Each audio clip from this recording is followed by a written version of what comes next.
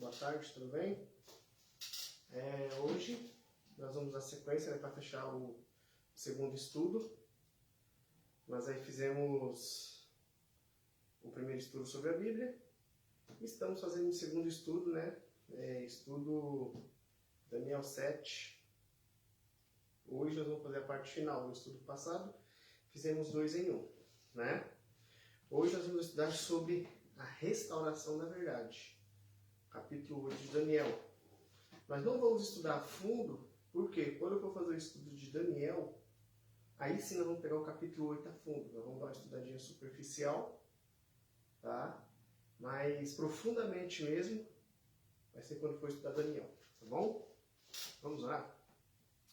Santo Deus e amado Pai, muito obrigado pela oportunidade de estarmos aqui para estudar a Tua Palavra. Pedimos a Sua direção, a Sua sabedoria, em nome de Jesus. Amém.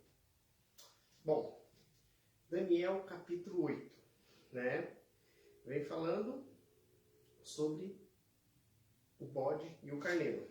Então nós vamos fazer uma leitura de Daniel capítulo 8, tá? Nós vamos fazer aí a leitura de Daniel capítulo 8. E vamos trabalhar sobre esse texto, porém não vamos nos aprofundar, como eu falei, tá bom?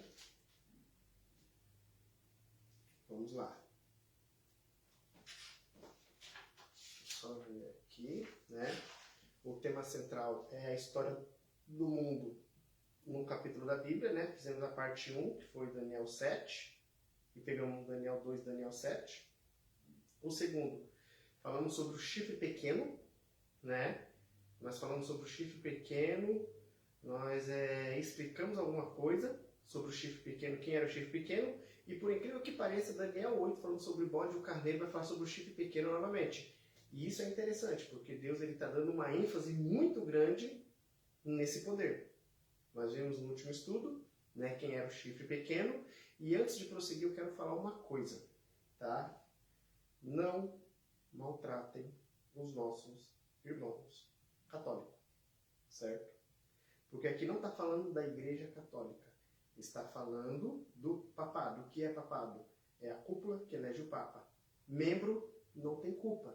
O membro está ali como um adorador, tá? Tem uns que seguem tradições dos pais, aquela coisa toda, Tem uns que vai porque gosta, mas a essência não é maltratar eles.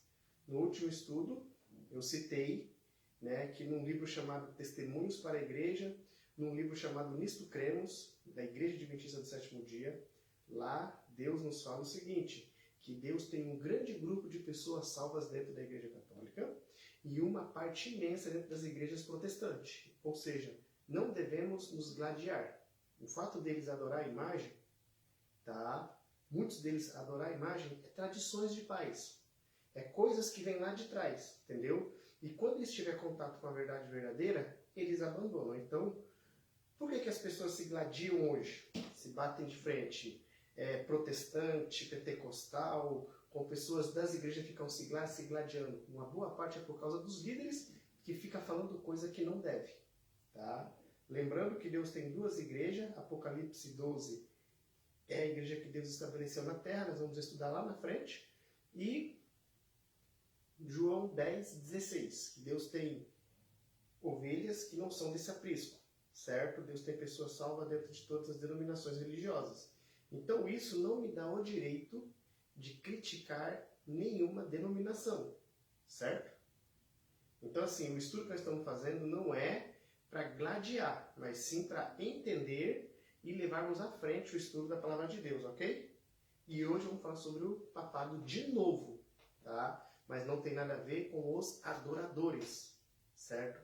Que na hora certa, Deus vai tirar eles de lá. Apocalipse 18:4, sai dela, povo meu, da Babilônia espiritual. Sai. Eles vão ser convidados a sair e eles vão fazer parte do povo que guarda os mandamentos de Deus e tem o testemunho de Jesus de Apocalipse 12, tá bom? Então não estamos falando de pessoas, estamos falando de organização, certo? As pessoas têm que ser tratadas bem, tá bom? Então vamos lá. Daniel capítulo 8, Começa dizendo assim, Olha só, no Daniel capítulo 7 vem falando no primeiro ano de Belsazar, 553, certo? Daniel 8 vai falando no terceiro ano do reinado de Belsazar. Então você faz 553, 552, 551. Antigamente o mundo era contado de trás para frente, não de frente para trás como é hoje. Não era de trás para frente. Então, no ano 551 do reinado de Belsazar, eu, Daniel, tive outra visão. É Deus emitindo sinais de alerta. Tá? Sinais de alerta são emitidos na terra. Tá bom? Espera só um pouquinho.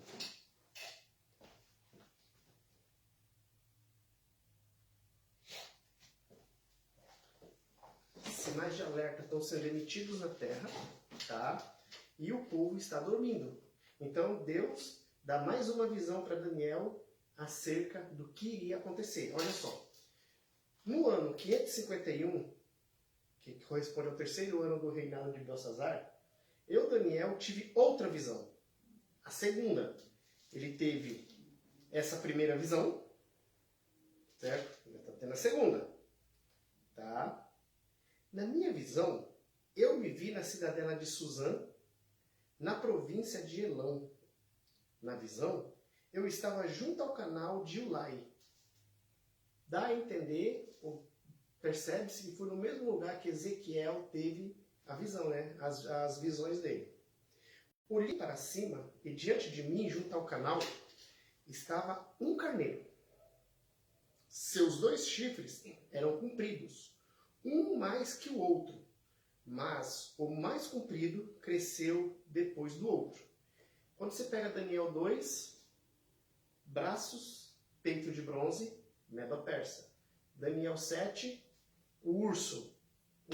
O urso ele tinha uma parte do ombro maior que a outra. Aqui em Daniel 8 já está mostrando o quê? Um carneiro. Ele tinha 2 chifres, certo? E os chifres eles eram compridos, só que um era mais comprido que o outro. E o mais comprido cresceu depois do outro. Tá? Medo, persa. Então os persas, eles sobressaíam os medos com o passar do tempo. Observei o carneiro enquanto ele avançava para o oeste, para o norte e para o sul. Nenhum animal conseguia resistir-lhe e ninguém podia livrar-se do seu poder. Ele fazia o que bem desejava e foi ficando cada vez maior. Aqui está falando das conquistas, tá, dos Medo-Persa. Eles conquistaram Lídia, Egito, tá, e Babilônia. Tá bom? Aqui está falando das 3 conquistas deles. E eles se tornaram cada vez mais fortes. No estudo anterior nós falamos sobre isso. Enquanto eu considerava isso, de repente um bode, com um chifre notável entre os olhos, veio do oeste, percorrendo toda a extensão da terra, sem encostar no chão.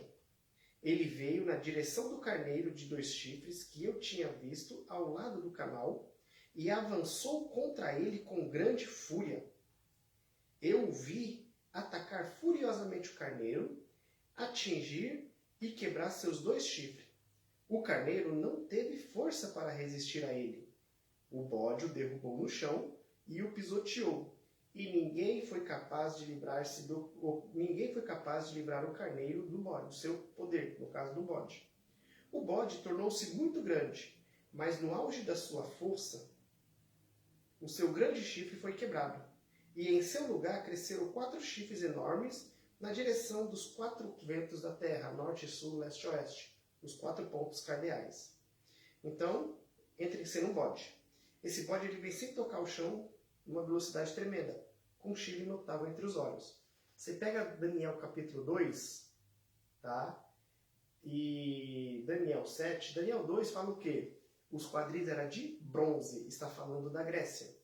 Daniel capítulo 7 fala de um que parecia um leopardo, tinha 4 cabeças. Aqui já está falando do bode, tá? Já está falando do bode que tinha um chifre notável entre os olhos, né? E ele saiu fazendo as conquistas dele, ele pisoteou o carneiro, derrubou o carneiro, matou o carneiro, fez o que quis e ninguém foi socorrer o carneiro. Só que aqui fala que esse chifre, no auge ali da sua conquista, o chifre foi quebrado. Aqui está falando de Alexandre o Grande, tá? Que quando ele estava no auge da conquista dele, ele morreu, tá? Alguns dizem que ele morreu de doença, dor de cabeça, ele morreu. Eu sei que ele morreu. E no lugar dele, lembra de Daniel 7? O que parecia leopardo com 4 cabeças? Aqui fala que levantou-se 4 chifres. Levantou-se 4 poderes, que é Lisímaco, Cassandro, Ptolomeu e Seleuco. Tá? Então, depois que Alexandre o Grande morreu, os 4 generais assumiram o poder não com tanta inteligência e com tanta força como Alexandre o Grande. Tudo bem? E eles foram crescendo, eles ficaram enormes dos 4 cantos da terra. E eles tiveram as conquistas deles. Tá? Isso aí nós vamos ver no estudo desse capítulo lá na frente.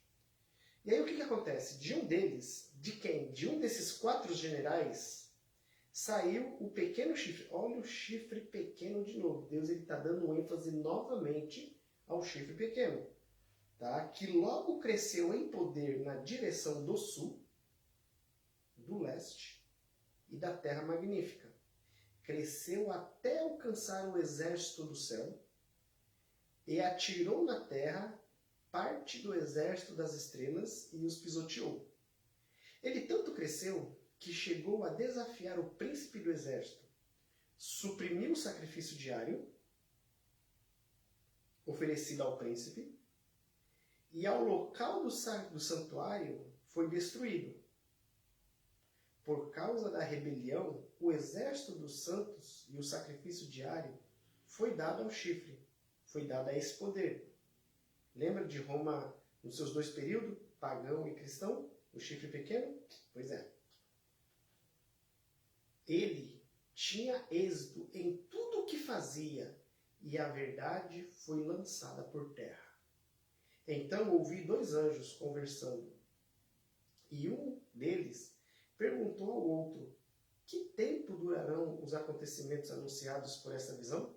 Até quando será suprimido o sacrifício diário e a rebelião devastadora prevalecerá?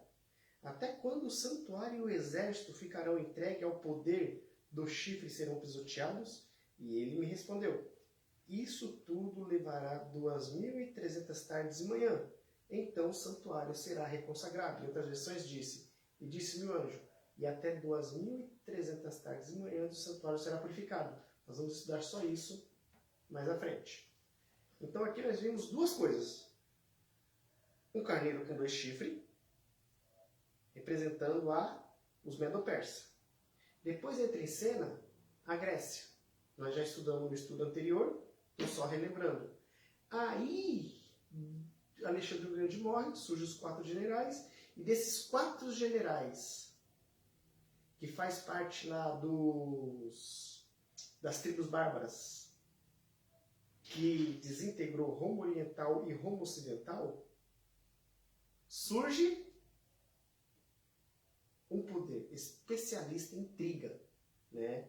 Que é Roma nas suas 2 fases, pagã e Roma cristã, certo? Tudo bem. A interpretação.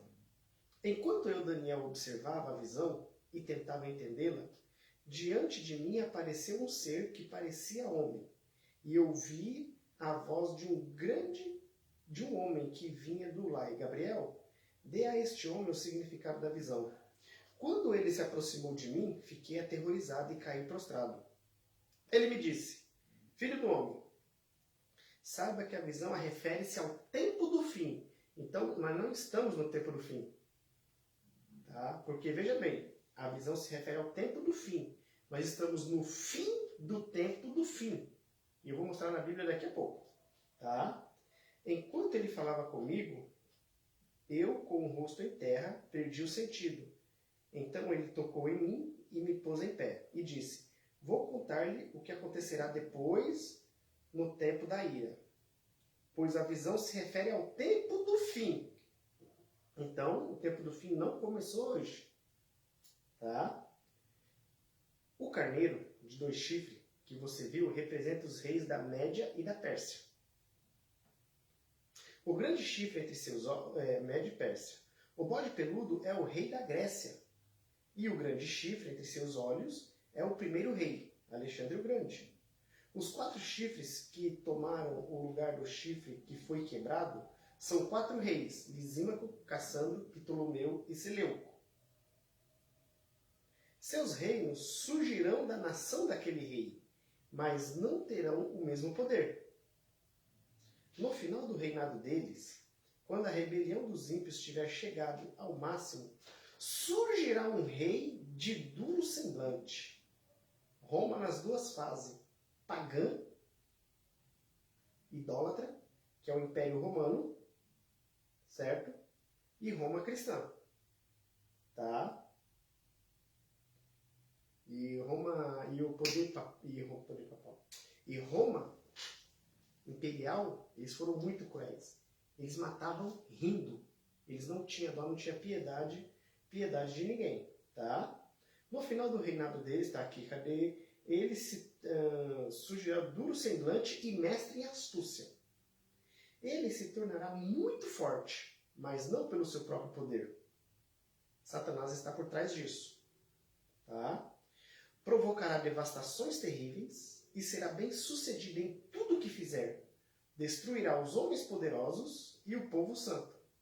Com o intuito de prosperar, ele enganará muitos e se considerará superior aos outros. Olha só, ele quer chegar no auge. Então ele vai usar a astúcia, ele vai usar a mentira. Preste atenção nisso. Com o intuito de prosperar, ele enganará muitos e se considerará superior aos outros. Aí você pega 2 Tessalonicenses 1, tá? Que ele ia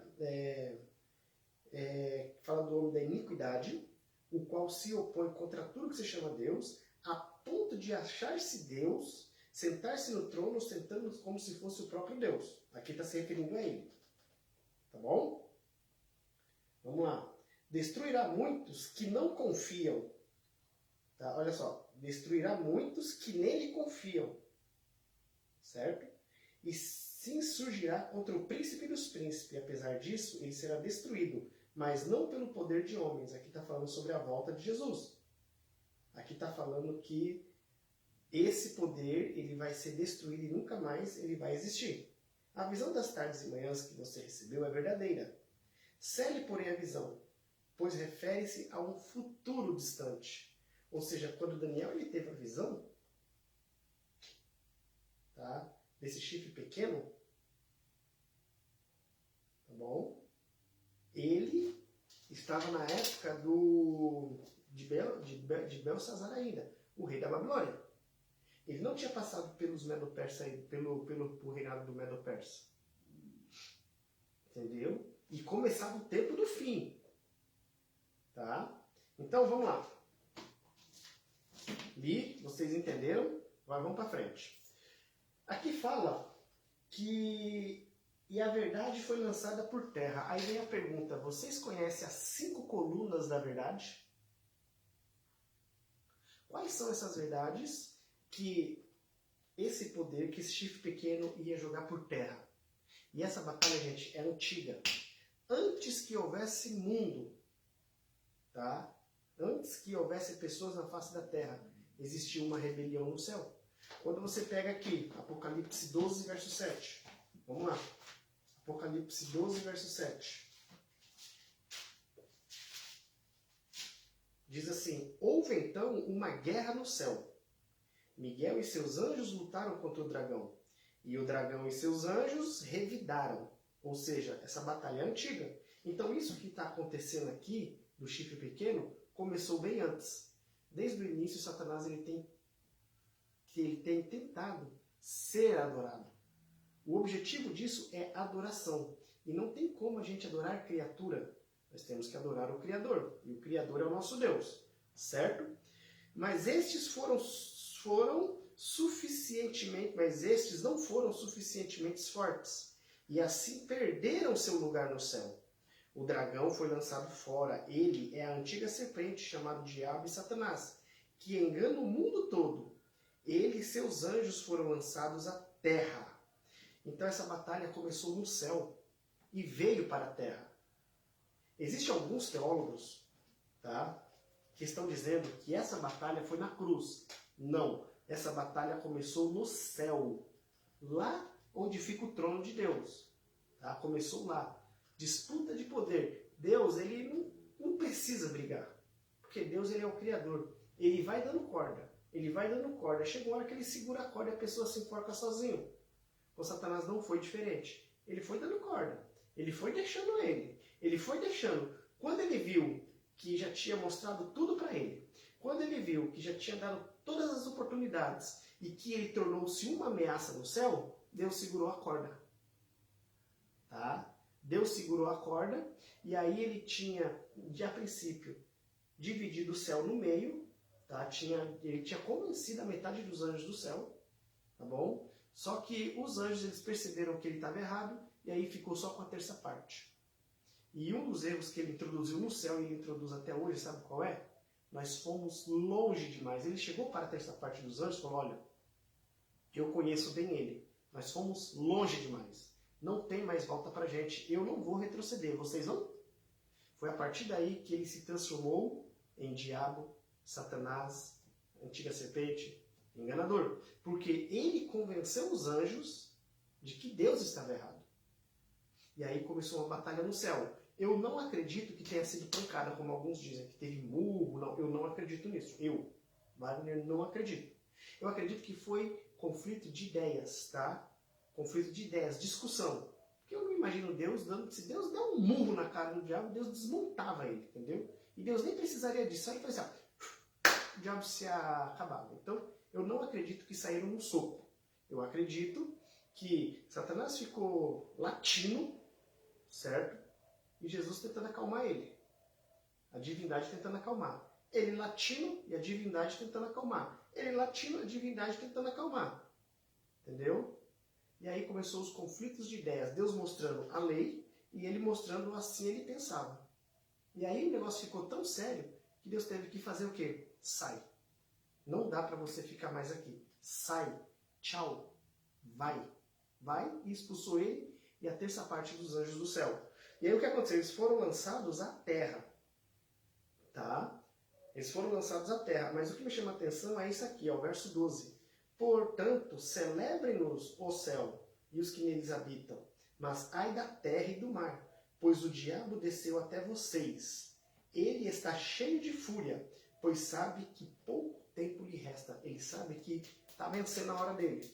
Ele sabe que o fim vai chegar. Então o que ele está fazendo? Quanto mais pessoas ele enganar, mais o coração de Deus ele vai ferir.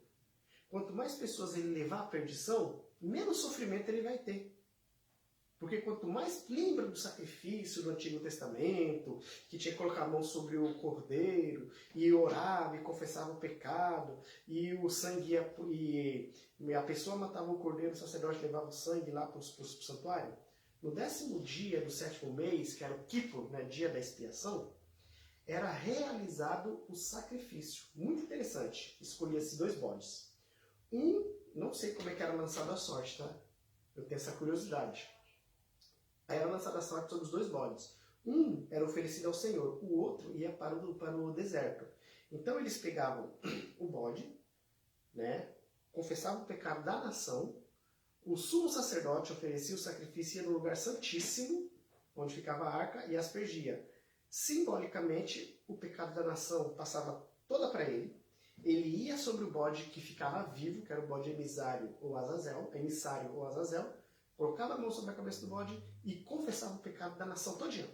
Confessava. Depois, uma pessoa escolhida pegava esse bode, levava para o deserto, e lá o bode morria de fome e de sede. Certo? Certo. É o que vai acontecer com Satanás durante os 1000 anos. Os 1000 anos são literais. Durante os 1000 anos que nós passarmos no céu, 1000 anos de férias, ele vai estar aqui na terra. Não vai ter que intentar, porque vai estar todo mundo morto, quer dizer, será os 1000 anos para ele analisar toda a besteira que ele fez. Deserto, 1000 anos na terra. Entenderam? Então o que vai acontecer? Então o que aconteceu? Satanás ele trabalha de noite. Ele faz hora extra. Tá? Então, ele lá no céu tentou jogar as 5 colunas da verdade por terra. Só que no céu ele só conseguiu enganar a terça parte. Aqui na terra, ele continua tentando jogar as verdades por terra. Tá? E, infelizmente, ele tem tido êxito. Certo? Hoje, temos aproximadamente 33 mil, eu estava vendo, atualizado, 33.800 religiões. tem atualidade. Existe um Deus, certo? Existe uma Bíblia e existem dois caminhos, o que leva ao céu e o que leva à perdição. Se existe um Deus e um único caminho que leva ao céu, para que tanta religião? Satanás, ele cria religiões. As pessoas pegam um verso bíblico ali, dali tira a sua igreja e começam a ensinar o assim eu penso, e as pessoas começam a fazer coisas que desagradam a Deus. Satanás, ele criou várias contrafações da igreja verdadeira. De dentro da igreja verdadeira saiu pessoas que não acreditavam nas doutrinas bíblicas, nas verdades que está na Bíblia, e começaram a montar as suas denominações religiosas para confundir a mente humana. É onde você tem que estudar a Bíblia para você saber a igreja verdadeira.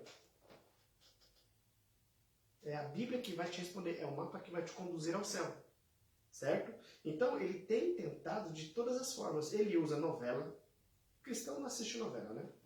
Ele usa desenhos. Ele usa filmes para tentar distorcer a mente do ser humano. Ele usa a Bíblia para tentar distorcer a mente do ser humano. E o ser humano que não estuda a Bíblia, né, os chamados papa-sermão de igreja, é os que vão atrás de prosperidade, porque nesse mundo tereis aflições, mas tende bom ânimo, eu venci o mundo. Deus não prometeu que você seria rico sobre a face da terra. Deus prometeu que você teria o suficiente para poder viver. Certo? Mas Satanás, ele vem prometendo riqueza. E as pessoas estão indo nas igrejas atrás de riqueza. E estão esquecendo o principal, que é a vida eterna. Tudo aqui é passageiro. Isso tudo vai ter fim. Então Satanás, ele tem tentado enganar o ser humano. Aí o que ele fez? Ele começou a jogar as verdades por terra. Porque aqui fala, né? Aqui, o Daniel fala, né, que ele jogou a verdade por terra. Quais são essas verdades? A primeira verdade está em Jeremias 10, verso 10. Vamos lá, Jeremias 10, verso 10.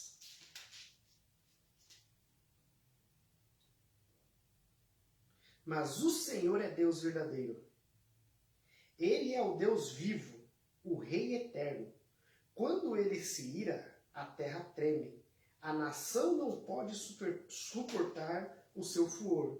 A primeira verdade, Deus é verdadeiro. E aqui está falando de Deus o Pai. Eu quero que vocês entendam uma coisa. Deus, eu tenho até, depois vocês podem ir lá no YouTube, numa parte que está escrito quem é Deus. Tá? Quem é Deus? Ouçam aquela mensagem, tá bom? Deus.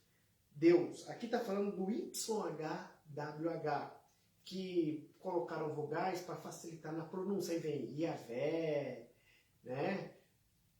Os atributos de Deus, Elohim, aquela coisa toda. Mas o nome de Deus o Pai é YHWH. Aqui está falando de Deus o Pai. Mas o Senhor é Deus verdadeiro. Ele é o Deus vivo, o Rei eterno. Quando ele se ira, a terra treme. As nações não podem suportar o seu furor. Então, Deus o Pai, ele não é injusto. Deus o Pai, ele é justo, verdadeiro, amável. Satanás tentou manchar o caráter da divindade no céu. Chamou Deus de injusto, Jesus de ladrão, diz que Jesus tomou o lugar dele, né? Mas Jesus é Deus, entendeu? E também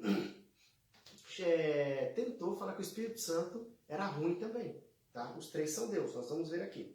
Então aqui, a primeira verdade, a primeira coluna da verdade, YHWH, Deus o Pai é Deus. Ele é o Deus verdadeiro, tá bom? Não tem como a gente dizer que Deus não é bom, porque você está tendo a oportunidade. Mas Satanás, ele tem tentado manchar o caráter de Deus. Primeira coluna da verdade. A segunda, João 14, verso 6. A segunda é interessante. Eu quero falar com vocês. Peraí. João 14,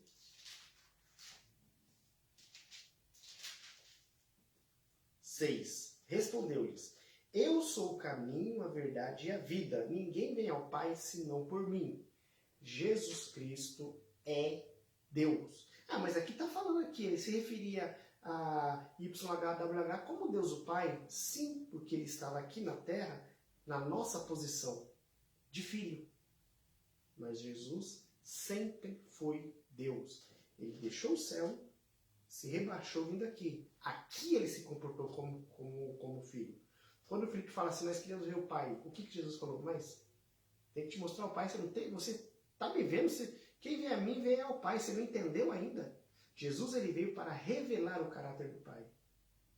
Que Deus é amor. Então Jesus, gente, é Deus.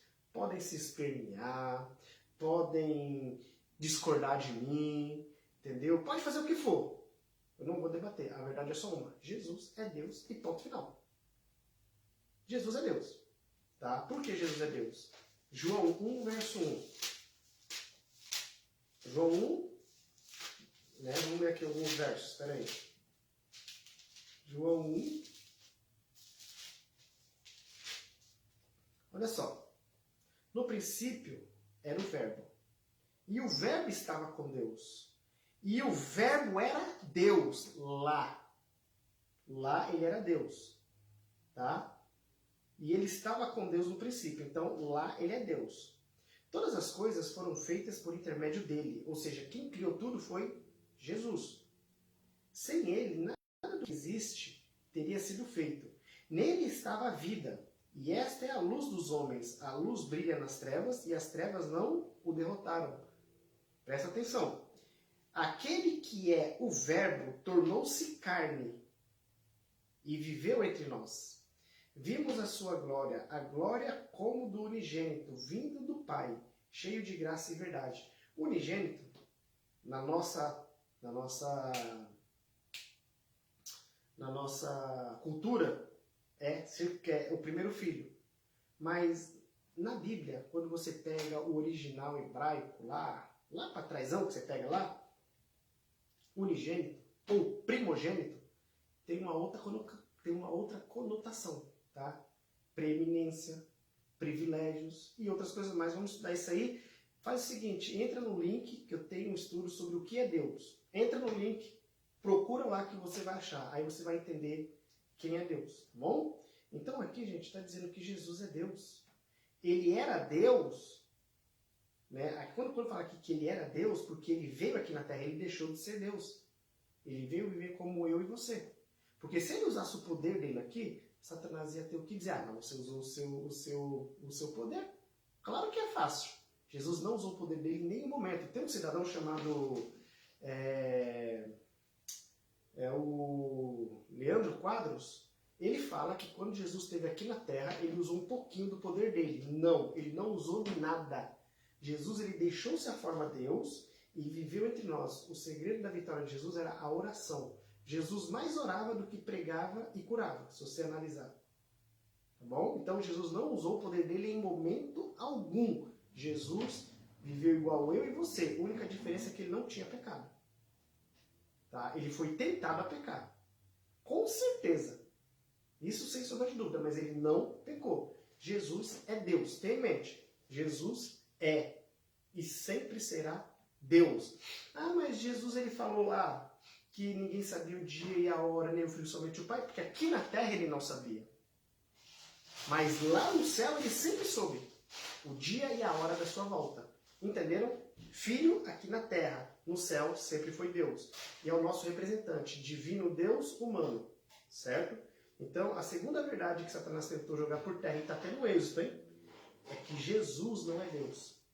E existem denominações dizendo que Jesus não é Deus. Jesus é Deus, sim. E desculpa, aceite ou não aceite, goste ou não goste, pode se espernear, pode ficar com raiva de mim, pode fazer o que for, tá? Jesus é Deus. E no final, nós vamos ver quem está certo e quem está errado. Certo? Então, a primeira verdade jogada por terra, Deus o Pai, querendo jogar o caráter de Deus o Pai no lixo, ele não consegue. A segunda verdade que ele quer jogar por terra, que Jesus não é Deus, e tem mais uma, tá? O chifre pequeno se intitula o intercessor entre Deus e o homem. Jornal Folha de São Paulo de uns anos atrás, se eu não me engano, foi dia 7 de setembro do ano 2000, se eu não me engano isso. Eu perdi esse jornal, gente. Eu perdi, tá? Eu perdi. Dizia o seguinte, que a Igreja Católica era a intercessora entre Deus e o homem. Que ninguém poderia fazer nada se não fosse pelos méritos deles, por intermédio deles. Tá? Que todos aqueles que ousassem a se opor contra os dogmas da Igreja seriam caçados e até mortos. Perdi esse jornal. Perdi.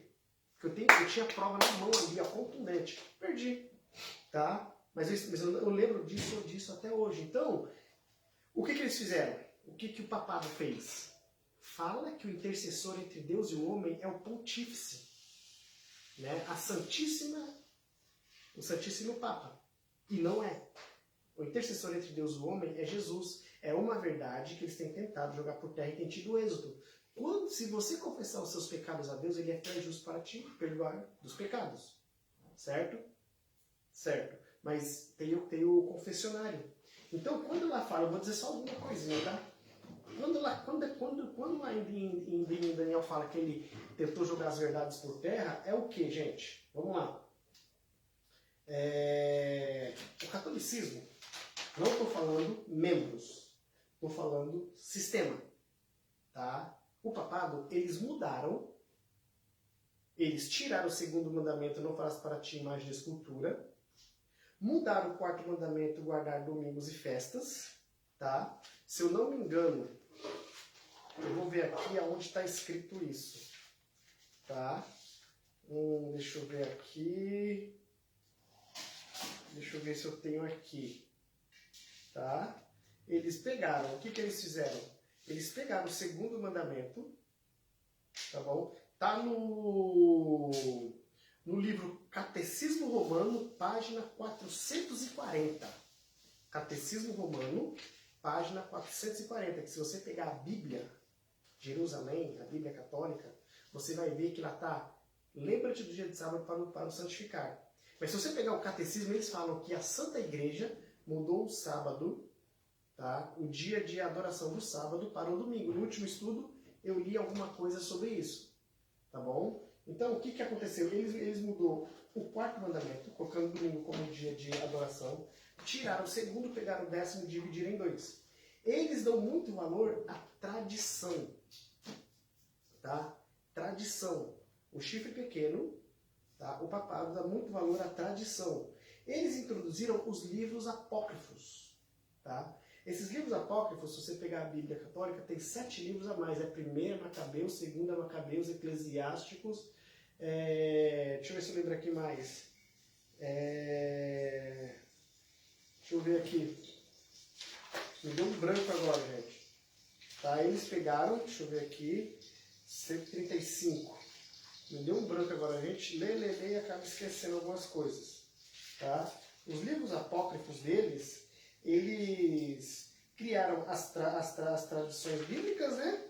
E eles introduziram os livros apócrifos. Tá? Os livros apócrifos são os livros a mais que eles introduziram que não está na Bíblia. Judite, Tobias, Sabedoria, Baruque, Eclesiásticos. Tá? Eles fizeram um acréscimo no livro de Daniel, 1ª e 2ª Macabeus. Tá? Então eles pegaram Daniel, fizeram alguns acréscimos, né? Os acréscimos que há no livro de Daniel, nessa Bíblia deles, é do 3, 24 ao 90 e o capítulo 13 e 14. Foram escritos em grego. Bem disse Alzejo, no canon dos judeus só figuram como canônicos os capítulos escritos em hebraico e aramaico. Então o que eles fizeram? Eles acrescentaram mais 2 capítulos no livro de Daniel, acrescentaram mais versículos no capítulo 3 de Daniel, e aí eles criaram 1 Macabeus, 2 Macabeus, tá? Eclesiásticos, Baruque, Sabedoria, Judite e Tobias. Tá? Então, o que eles fizeram? Eles pegaram e criaram os chamados livros apócrifos. Né? E nos livros apócrifos tem uma coisa interessante. Tá? Eu quero até ler para vocês. Tá? Os erros nos livros apócrifos. Lá em Tobias 5, do 1 ao 19, vem trazendo a narração de um anjo mentindo sobre sua origem. Mas quando você pega Isaías 63:8 e Oséias 4:2, desmente essa história de Tobias 5, do 1 ao 19. Tá?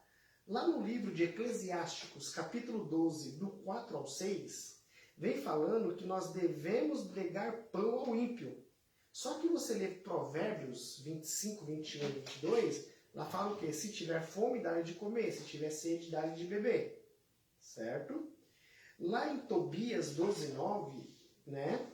E Eclesiásticos 3,30, fala o quê? Dar esmola purifica do pecado. Mas quem nos purifica do pecado é o sacrifício de Cristo na cruz do Calvário. Né? Isso aí você pode ler 1 Pedro 1, 18 e 19. Lá em Eclesiásticos, capítulo 3, diz o quê? Honrar o pai traz perdão de pecado. Negativo. Honrar o pai e a mãe prolonga os seus dias na terra que o Senhor teu Deus te dá. Tá?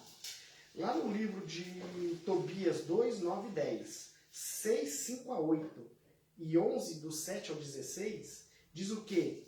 Que nós devemos fazer magias e crer em superstição. Só que lá em Tiago 5, 14 a 16, diz outra coisa. Tá? E em 2 Macabeus 12, 42 a 45, fala em dar oferta aos mortos. Só que quando você pega a Bíblia, lá diz o quê? Tudo que te vier a mão para fazer, faze conforme as suas forças. Porque no além para onde tu vais, a sepultura, não há projeto, não há nada. Morreu. Morreu, vai para o pó, o fôlego vai para Deus e acabou o assunto. Só que no livro de 2 Macabeus 12, 42 a 45, fala o quê? Dar oferta a mortos. Errado. Né? Lá em Sabedoria 3, 1 a 4, traz o ensino do purgatório ou também da imortalidade da alma. Lá em Sabedoria 3, 1 a 4. Só que em 1 João 7 e Hebreus 9, 27, desmente essa tese. Tá? Lá em 2 Macabeus 14, 41 a 46, fala sobre o suicídio, que o suicídio é justificado e louvável. Êxodo 20, 13 fala o quê? Não matarás. Então, o papado, ele começou a introduzir coisas erradas dentro do cristianismo, certo? Ele colocou o valor da tradição, os livros apócrifos, a infabilidade papal, ele introduziu a Inquisição, chamada Idade Média, que foi de 538 até 1798, tá? Lá fala que Pedro, eles dizem que Pedro foi o primeiro papa, tanto que o nome papa quer dizer Pedro Apóstolo, Príncipe dos Apóstolos, e se Pedro foi o primeiro papa, não existe infabilidade papal, porque Pedro pecou, Pedro negou, Pedro mentiu, Pedro se acovardou. Então não existe infabilidade papal, certo? Fala também sobre confissão e poder de perdoar pecados. Eu tenho que me confessar diante de Deus e quem perdoa os meus pecados é só Deus. Fala sobre a veneração a Maria. Gente, quem foi Maria? Maria foi uma grande mulher na Terra que teve um papel muito importante no nascimento de Jesus. Mas ela está no pó aguardando a volta de Jesus. Ponto. Entende? Tá? Vem falando da missa como expiação. Nós vamos chegar nessa parte um dia. Nós vamos estudar em Daniel 8 de novo. Tá? Vem falando sobre a Eucaristia e a transubstanciação. Vocês vão entender no estudo para frente. O batismo. Não se batiza criança, mas eles introduziram o batismo de criança. Eles introduziram o batismo por aspersão, sendo que na verdade o batismo é por imersão. Eles falam sobre o destino do homem da morte. Se for bom vai para o céu, se for ruim vai para o inferno. Mais ou menos vai para o purgatório e fica lá, né, no purgatório lá, né? E fala também, gente, e é isso aí mesmo. Fala sobre isso, entendeu? Então, as verdades, esse chifre pequeno, ele tratou de tentar jogar a verdade por terra. Um livro que eu acho interessante vocês estudarem é esse aqui, ó, tá? A Igreja Católica nas Profecias, tá bom? Esse livro ele é muito bom, tá? É de Orlando Jerônimo de Oliveira, tá bom? Ele vem explicando detalhes. Volto a dizer, não estou falando de pessoas, estou falando de sistema. Chifre pequeno nos dois períodos. Pagão, imperial, cristão, catolicismo. Certo? É disso que eu estou falando. Não sai atacando pessoas. Por quê? Dentro da Igreja Católica tem pessoas salvas, católica, assembleia, congregação, até dentro do espiritismo tem pessoas que vão se salvar. Tá? E nós estamos aí na cadeira de réu, não na cadeira de juiz. Não julguem essas pessoas. Então a primeira verdade que Satanás tentou jogar por terra é Deus, a segunda Jesus, a terceira Essa terceira dá trabalho, gente. Essa terceira verdade, não sei o que acontece com o ser humano, que ele consegue fazer besteira, né? 1 João 5,6 diz assim: este é aquele que veio por meio de água e sangue, Jesus Cristo, e não somente por água, mas por água e sangue. E o Espírito Santo, é quem dá testemunho, porque o Espírito é a verdade. A terceira verdade que Satanás tenta jogar por terra é o Espírito Santo. E o que a gente mais se vê falando aí é que o Espírito Santo não é Deus, que o Espírito Santo é uma força ativa. Aí você vai lá para Romanos 8,26, diz assim: da mesma forma, o Espírito Santo, nos ajuda em nossas fraquezas, pois não sabemos orar, né, como convém, mas o próprio Espírito intercede por nós com gemidos inexprimíveis. Força ativa vai interceder por nós com gemidos inexprimíveis? Aqui está falando do Espírito Santo de Deus, ele intercede por nós com gemidos inexprimíveis. E aí você pega aqui Efésios 4,30. Efésios 4, verso 30, diz assim: e não entristeçam o Espírito Santo de Deus, com o qual vocês foram selados para o dia da redenção. Força ativa fica triste? E aqui está falando o Espírito Santo de Deus. Eu vou dar uma pinceladinha. O que é Deus, gente? Deus é sobrenome da divindade, que quer dizer poder, realeza, onipotente, onipresente, onisciente, tá? Criador, mantenedor, sustentador. Então, quando fala Espírito Santo de Deus, porque ele é Deus. Aí você pega o livro de Atos. Vamos lá. Atos capítulo 5. Quando conta a história de Ananias e Safira lá, né, que eles fizeram aquelas lambanças deles lá. Aí você pega aqui o capítulo 5 de Atos, tem uma parte que Pedro fala assim, ó, verso 29. Pedro e os outros apóstolos responderam: é preciso obedecer antes a Deus do que a homens. Não, mas não é isso não, gente. Não é isso não. Espera aí. Cadê? Aqui, 5 verso 3. Então perguntou Pedro: Ananias, como você permitiu que Satanás enchesse o seu coração ao ponto de você mentir ao Espírito Santo e guardar para si uma parte do dinheiro que recebeu pela propriedade? Como? Fala para mim. Ela não lhe pertencia e depois de vendido o dinheiro não estava em seu poder? O que levou a pensar em fazer tal coisa? Você não mentiu ao homem, mas sim a Deus.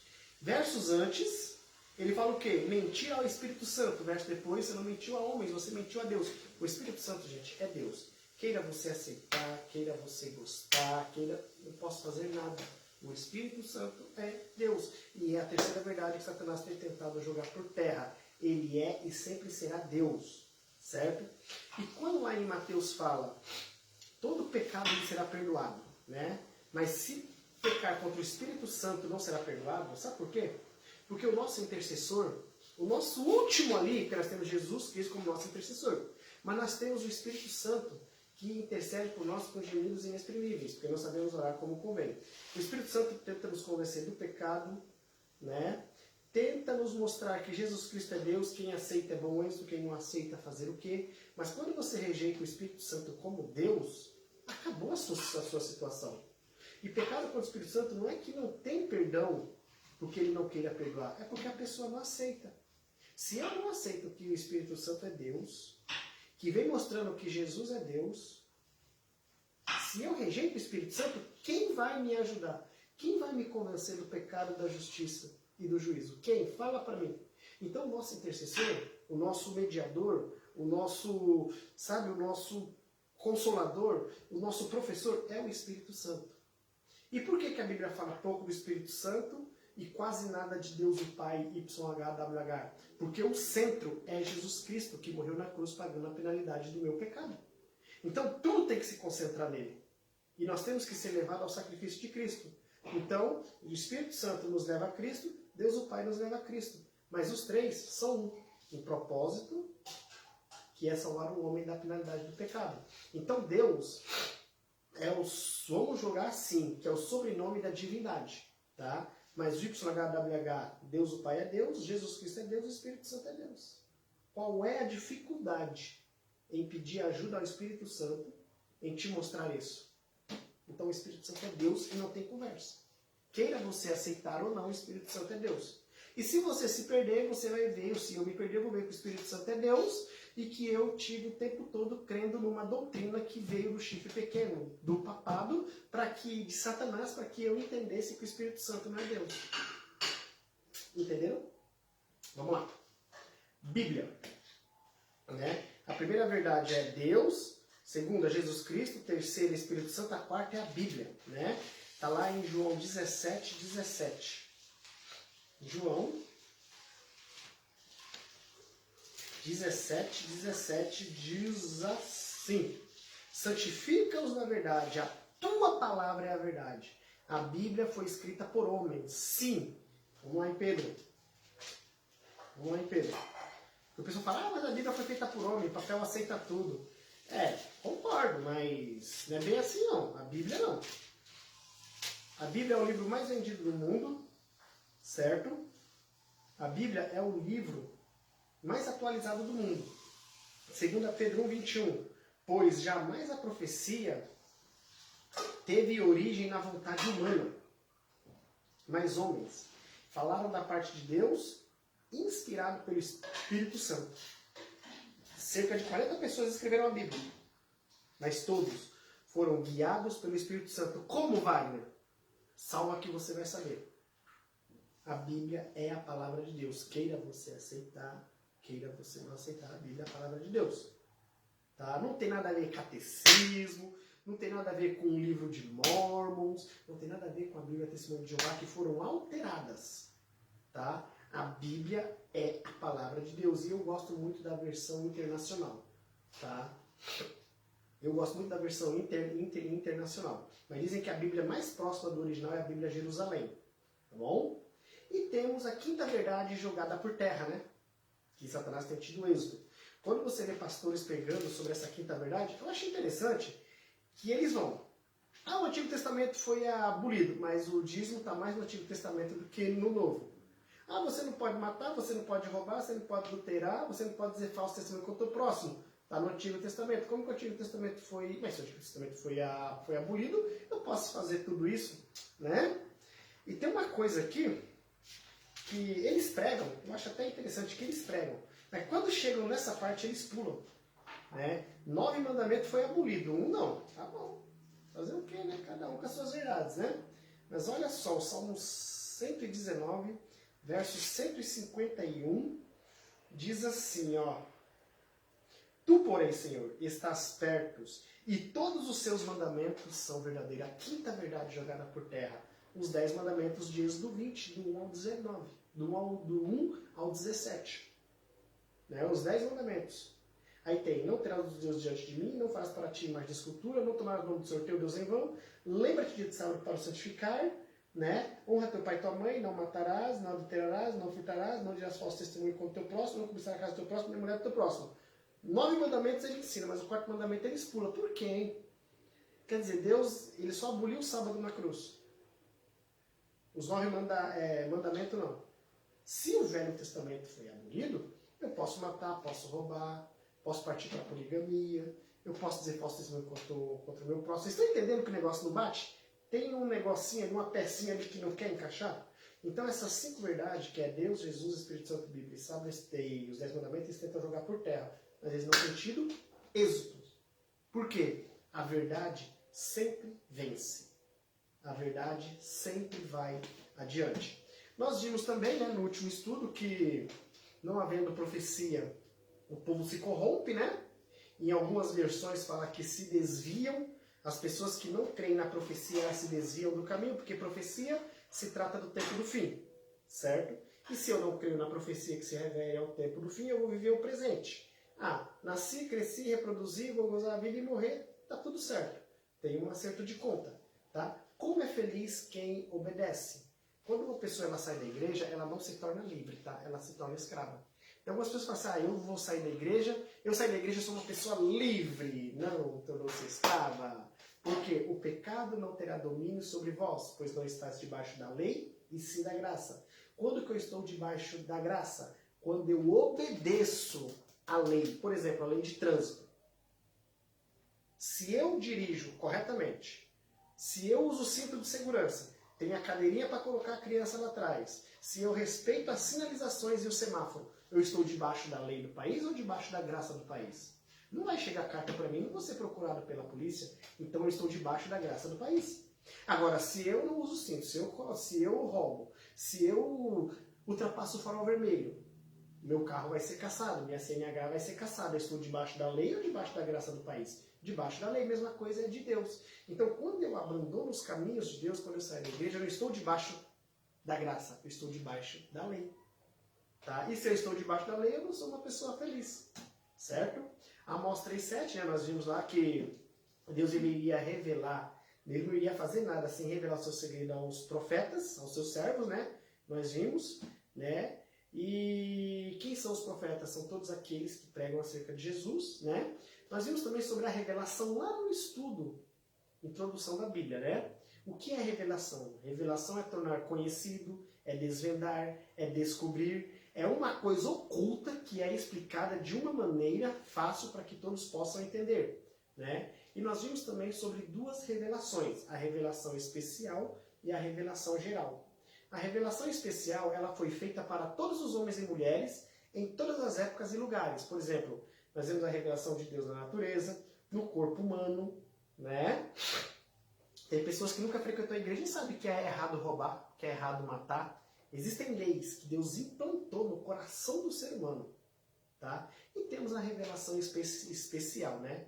Que embora a revelação geral seja tão importante para nós, ela é insuficiente, pois ela falha no caráter de apresentar a Deus, tá? E do seu propósito para conosco, ou seja, através da natureza do corpo humano, o pecado ele deformou.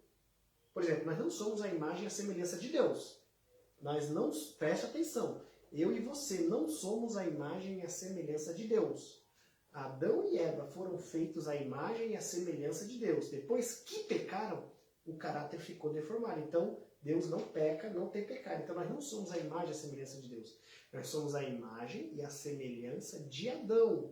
Quando Jesus voltar, vamos ser restaurados à imagem e à semelhança de Deus.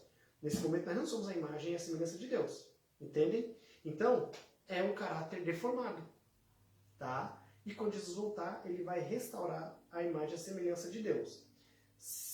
Assim sendo, para clarificar essa revelação geral e também para suplementá-la, o Senhor nos concede a revelação especial. Ela vem a nós por maneiras sobrenaturais, e é por seu intermédio que compreendemos que Deus é poderoso, justo, santo, amoroso, havendo idealizado um plano mediante o qual podem o homem vencer todo o pecado e ser restaurado à sua imagem. Então, nós vamos ser restaurados à imagem de Deus. E através da revelação especial, que é a Bíblia, tá? Através da Bíblia, nós vemos que somos pecadores, que o Espírito Santo está aqui para nos convencer e sermos restaurados no futuro à imagem de Deus. Aí eu pergunto, se eu não creio que o Espírito Santo é Deus, que ele é uma força ativa, tipo essa tecla aqui, que obedece o que eu mando, como que eu vou me salvar? Fica difícil, né? Então, Daniel 8, nós já vimos já, né?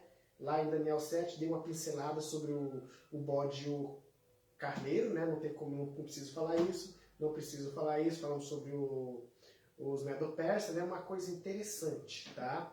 Sobre os Medo-Persa. Nenhuma potência terrena podia com os Medo-Persa. O êxito da conquista foi tão grande que nos dias de Assuero e Ester, o rei, ele estendia da Índia à Etiópia e as extremidades do mundo então conhecido por mais de 127 províncias. Então os Medo-Persas, gente, eles eram muito fortes. E aí entrou em cena Alexandre o Grande, né? Nós vimos isso aqui também, né? E vamos continuar então sobre o chifre pequeno, tá bom?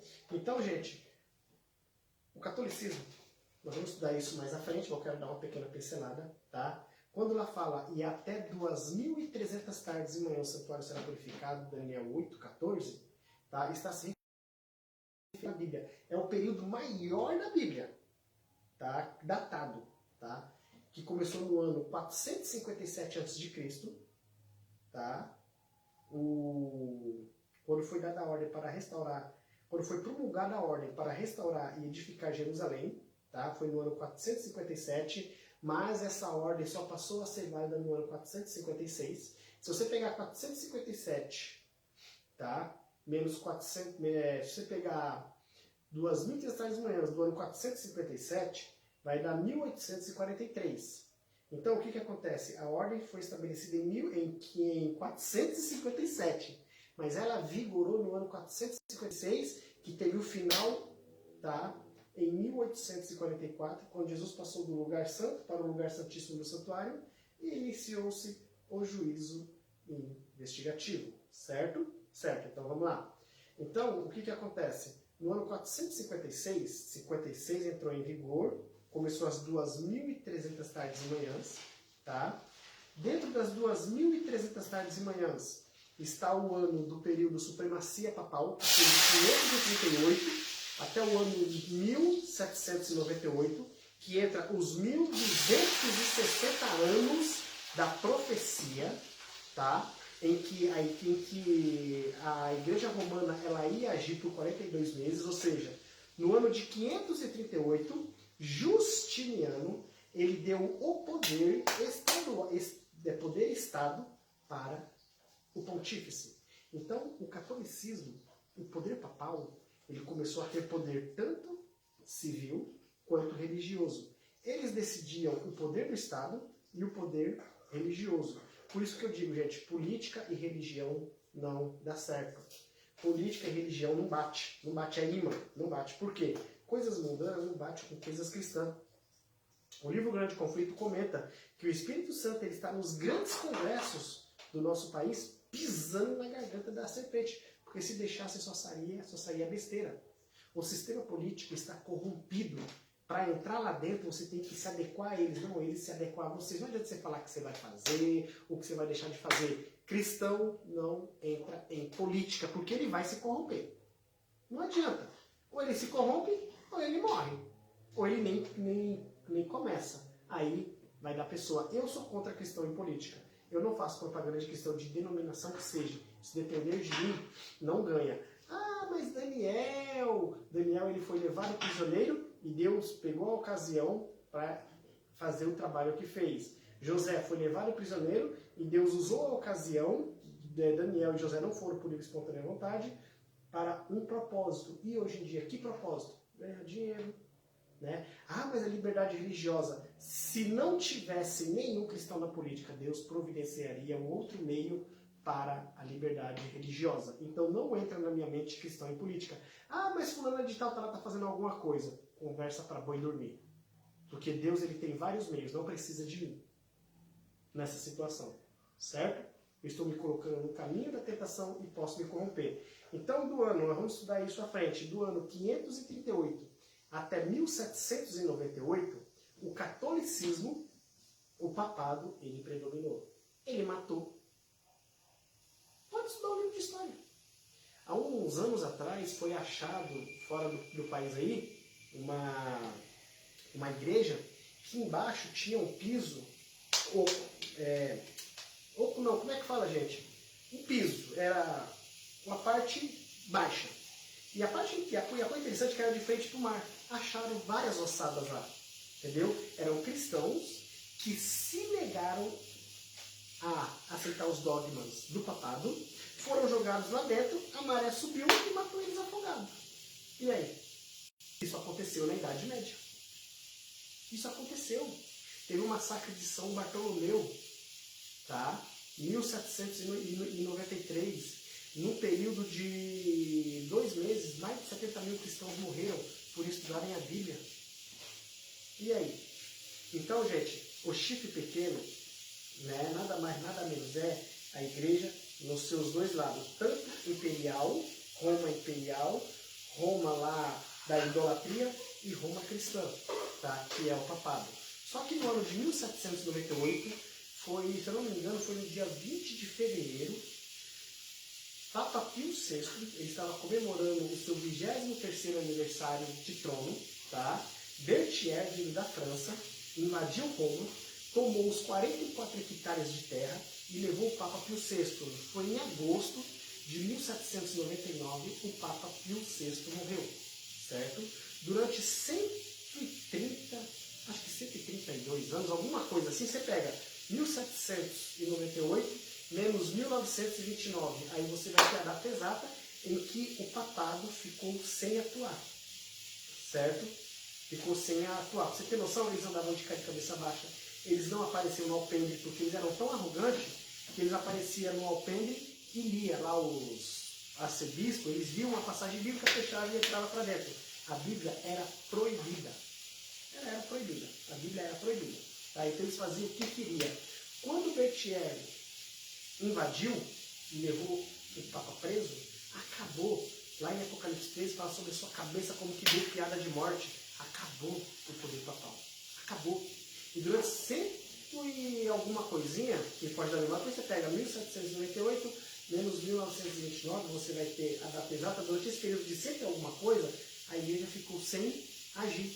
Só que em 1929, Mussolini assinou um papel de um acordo de paz com o Vaticano, tá? Com Roma, devolvendo a ela os 44 hectares de terra que hoje é o Vaticano, tá? E de lá para cá, gente, quem pensa que o papado está morto, ele não está morto. Ele está, lentamente ele está crescendo, tá bom? Eles falam em línguas, eles são carismáticos, tá? Estão mudando. O palco está sendo montado. Dentro em breve, nós vamos estudar isso, tá? Dentro em breve, o poder político e o poder religioso vão se unir novamente. E aí, gente, vai ser pior, porque lá em Apocalipse 13 fala o quê? Que a sua cabeça foi como que golpeada de morte, mas essa ferida mortal foi curada, em 1929. E todos se maravilharam seguindo a besta. Então, ela está crescendo, gente. Quem pensa que eles estão mortos, está completamente enganado. Eles estão crescendo, tá? E quando você pega ali 2 Tessalonicenses 2, Apocalipse 13 e Apocalipse 17, Apocalipse 17 fala o quê? De uma mulher montada numa besta, a igreja sendo apoiada pelo Estado, é que a situação vai voltar de novo e vai surgir, você sabe de onde? Dos Estados Unidos da América. Quando Constantino, no ano de 321, ele começou a perseguir os cristãos fugiram. Tá? Os sinceros fugiram. William Roger, ele atravessou o oceano e ele estabeleceu ali o culto verdadeiro da Bíblia e eles começaram a construir. E eles falaram o quê? É sobre aqui que nós vamos criar os nossos filhos. Por isso que os Estados Unidos ele é o maior país protestante no mundo. Por quê? Foi de William Roger que começou a surgir a nação americana, Grande Conflito, capítulo 16. 1776 estava surgindo a nação americana com toda a sua força. Então, gente, nós vamos estudar Apocalipse 13, né? Nós vamos ver o poder político, o poder religioso, tá? Mas os Estados Unidos, quem pensa que a China vai dominar, está completamente enganado, tá? Quem vai mandar, segundo a profecia, é os americanos. A China ela pode fazer o que for, ela pode espernear, fazer o que for, mas é os americanos que vai ditar a regra, porque é profético. Eles vão ser submissos aos americanos, porque é profético. Isso tem que acontecer. Então, gente, estamos encerrando o segundo estudo, tá bom? Que foi feito em 3 partes, tá? Leiam esse livro, comprem esse livro, leiam ele, tá bom? E o próximo estudo vai ser sobre a volta de Jesus, tá? Nós vamos pegar o paralelo da pedra que bateu no pé da estátua, tá bom? Com a volta de Jesus, que será o nosso próximo tema, tá? E volto a dizer, presta atenção, não tratem pessoas das denominações como objeto. Tá? O problema não é as pessoas, é o sistema que está corrompido. O sistema está corrompido. Poder papal é a besta de Apocalipse 13, não é o Papa. Porque se o Papa morre, as profecias morrem. É o poder papal, é a cúpula que elegem eles. Se eles se arrependerem, serão salvos. De acordo com a profecia, não vão se arrepender. Eles se intitulam aí o substituto filho de Deus, eles fazem o que quer, mandam o que quer. É Deus quem manda. Certo? Então estamos findando o segundo estudo. Que Deus possa abençoar vocês. Que vocês tenham aprendido mais. Quando nós pegar Daniel para estudar, nós vamos aprender mais ainda, porque eu só dei uma pinceladinha, para não ficar chato, né? Quando chegar no Daniel, eu tenho que repetir de novo, né? Então, assim, quero que vocês estudem, tá? Que Deus abençoe a vida de vocês. Muito obrigado, tá? Pelo carinho de vocês e que Deus possa abençoá-los ricamente. Tá bom? Vamos orar? Santo Deus, amado Pai, entregamos esse estudo em tuas mãos. Que o Senhor possa ser com cada telespectador que entrar em contato com esse estudo, que o seu nome possa ser honrado na vida de cada um deles. Muito obrigado por tudo, em nome de Jesus. Amém. E lembre-se de uma coisa, gente, eu nunca vou cansar de repetir. Essa voz aqui, chata, é minha, mas a palavra é de Deus. Fiquem com Deus e tenham todos uma boa tarde e uma feliz semana. Tchau.